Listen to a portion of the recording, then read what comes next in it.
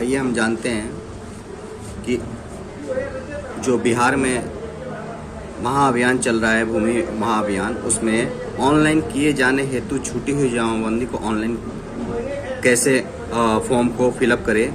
जिनका जो है नेट पे शो नहीं कर रहा है, जिनका ज़मीन का जो भी डिटेल है वो डीड जो है वो ज़मीन नेट पे शो नहीं कर रहा है, उनका ऑनलाइन रसीद नहीं कट रहा है, तो उस छूटी हुई जमाबंदी को अप्लाई करने के लिए हम कैसे फॉर्म भरेंगे, इसके बारे में आज हम जानेंगे।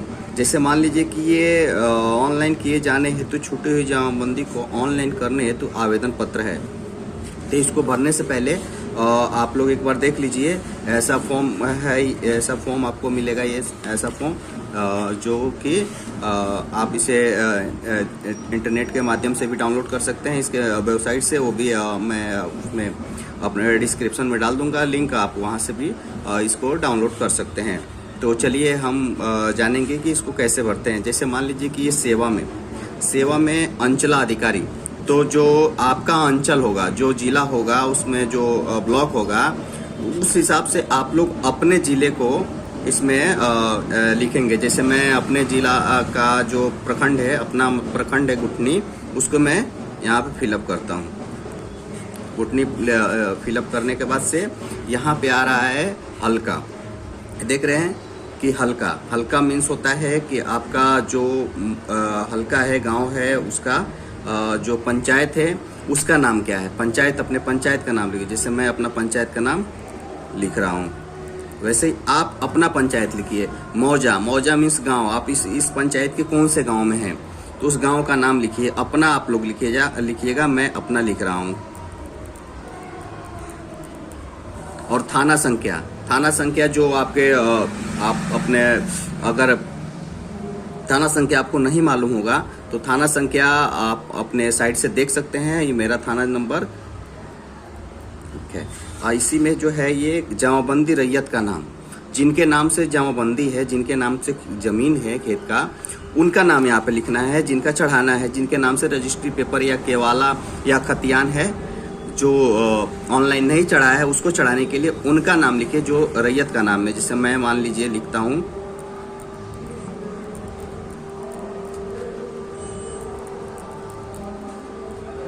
लिख दिया। उसी क्रम में ऊपर है जमाबंदी संख्या, देख रहे हैं जमाबंदी संख्या। ये जमाबंदी संख्या आपके जो डीड है उस पर लिखा रहेगा। अगर नहीं लिखा रहेगा तो आपको इसको मालूम करना है। वॉल्यूम संख्या भी आपको अगर मालूम है तो लिख दीजिएगा, नहीं मालूम है। पेज संख्या भी आपको मालूम है तो लिखिए, नहीं तो नहीं लिखिए। यहाँ पे जमाबंदी रैयत का नाम लिखिए।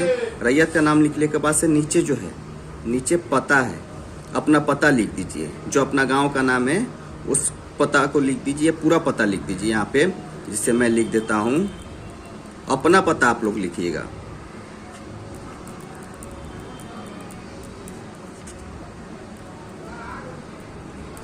ऐसे पूरा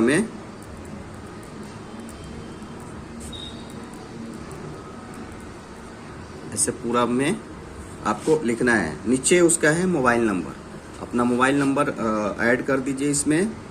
ऐसे मोबाइल नंबर को, ये मैं डेमो के लिए बता रहा हूँ, ऐसे मोबाइल नंबर लिख दीजिएगा।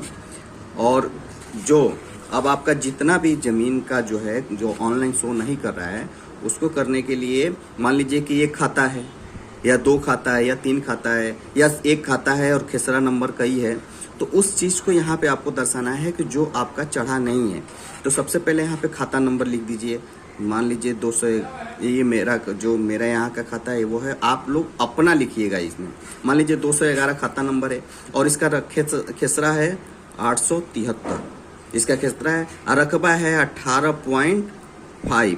इसको एकड़ और डिसमिल में आप लोग लिख सकते हैं। अगर डिसमिल में जमीन है तो डिसमिल में लिखिए, एकड़ में है तो एकड़ में लिखिए।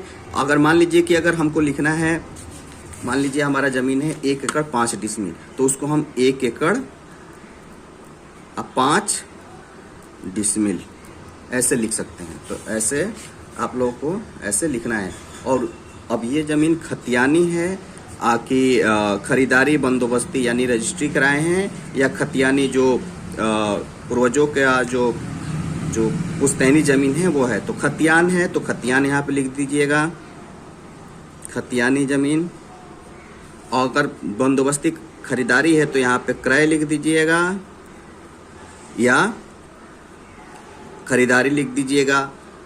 ये अगर मान लीजिए कि आपका यहाँ पे 211 में एक और प्लॉट है तो उस प्लॉट के बारे में बता दीजिएगा। मान लीजिए 840 है तो 840 में वो कितने डिसमिल का है तो वो डिसमिल लिख दीजिएगा। यहाँ पे एकड़ में है तो एकड़ में लिख दीजिएगा। वो खतियानी है कि नहीं है, खतियानी अगर है तो खतियानी लिखिए, नहीं है तो इसको छोड़ के बाकी क्रय लिख दीजिए या बैनामा लिख दीजिए।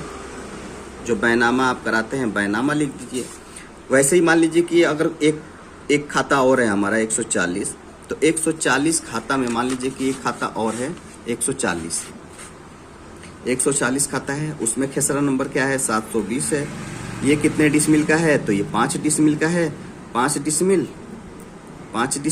और ये खतियानी है कि बैनामा कराया हुआ है तो उसके हिसाब से लिखिए। खतियानी है तो ये खतियानी लिख दीजिए यहाँ पे, और यहाँ पे इसको छोड़ दीजिए, इसको ऐसे ही छोड़ दीजिए। अगर खतियानी है तो खतियानी लिखिए, बैनामा कराए हैं क्रय तो बैनामा लिखिए। दोनों तो एक साथ हो नहीं सकता है, या तो खतियानी होगा या बैनामा कराए हैं। इसी प्रकार आपको ये सब फिलअप करके और उसके बाद से नीचे आइए। नीचे आपको जितना जो ज़मीन है, मान लीजिए कि इतना खेसरा है, 3 खेसरा का मिला के जितना रकबा है, जो ये सबको प्लस कर लीजिएगा। या सिंगल है या डबल है या ट्रिपल है या 4-5 जितना भी है सबको प्लस करके अब यहाँ पे आपको पूरा जितना है उतना डिसमिल यहाँ पे लिखना है। लिखने के बाद से नीचे आइए। नीचे में यहाँ पे क्या करना है कि यहाँ पे पढ़ लीजिएगा, मैं इस आवेदन के साथ वांछित दस्तावेज संलग्न किया है, अतः अनुरोध है कि उपयोग विवरण के आधार पर जमाबंदी पोर्टल पर विवरण का अपलोड करवाने की कृपा की जाए।